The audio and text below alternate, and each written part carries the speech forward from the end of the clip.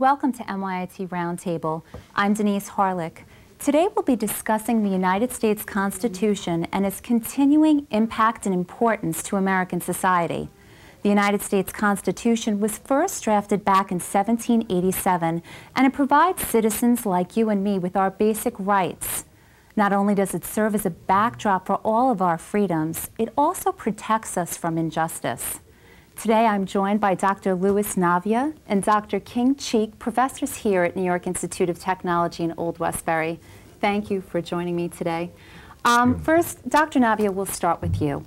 Tell me, why is it important to have a constitution? For a nation to remain alive for a long time, like for the human body to remain alive, there has to be a basic structure that remains fundamentally unchanged. So I think that is what the Constitution has provided for the United States. There are very few nations in the world today that have a Constitution that has lasted so many years, basically unchanged. And the process of making changes is difficult and cumbersome. Okay. And so that is a fundamental advantage to having a Constitution. Okay, now Dr. Cheek, tell me, back in 1787, when they were framing the Constitution, tell me about the atmosphere in our country then. Well, we have to go back before 1787 to understand the forces which prompted the framers of the Constitution to come together in 1787. The Articles of Confederation were adopted in 1781 after the Treaty of Paris, ending the Revolutionary War with Great Britain, with England. And the Articles of Confederation were defective. They had several defects. There was no provision for a central government, for a national government. Basically, we had a kind of confederation of states, a committee of states, and no centralized power which enabled Congress to really enforce laws. There was no executive, no judiciary.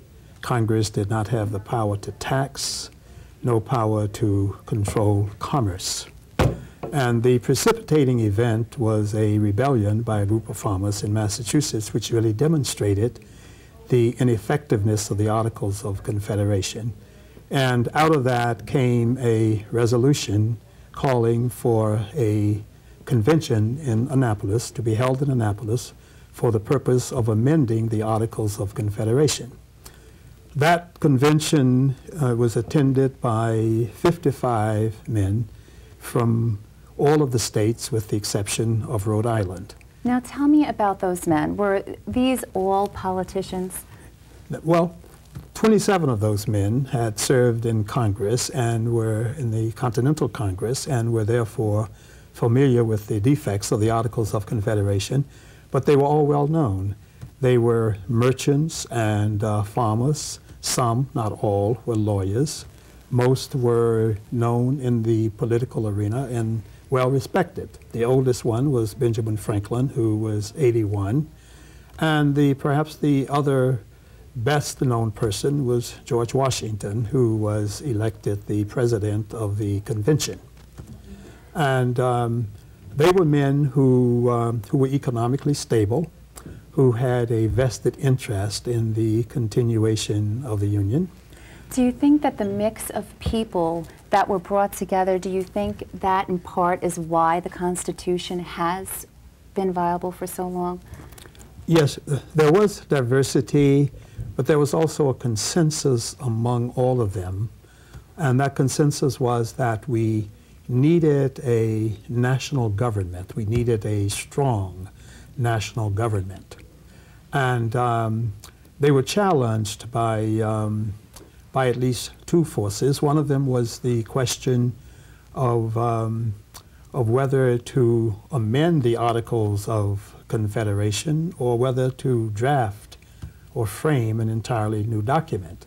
And the other challenge was one of how to balance the interests between the large states, New York, Pennsylvania, and Virginia, which constituted the majority of the Continental Congress, and the other smaller states, which constituted the minority. And those were the two major challenges. But then they decided to frame a totally new document that just amending the Articles of Confederation would not really meet the challenge. Yes. Dr. Navia, can you tell me a little bit about the Bill of Rights? 3 years later, they were ratified. There were 10 amendments composing the Bill of Rights, and they were incorporated into the Constitution. It seems to me that for the purpose of filling certain vacuums that had been left by the original document. And this Bill of Rights, in a certain sense, seems to have ensured that fundamental human rights, fundamental citizens' rights, were stated clearly and recognized in the Constitution. And tell me a little bit about those rights.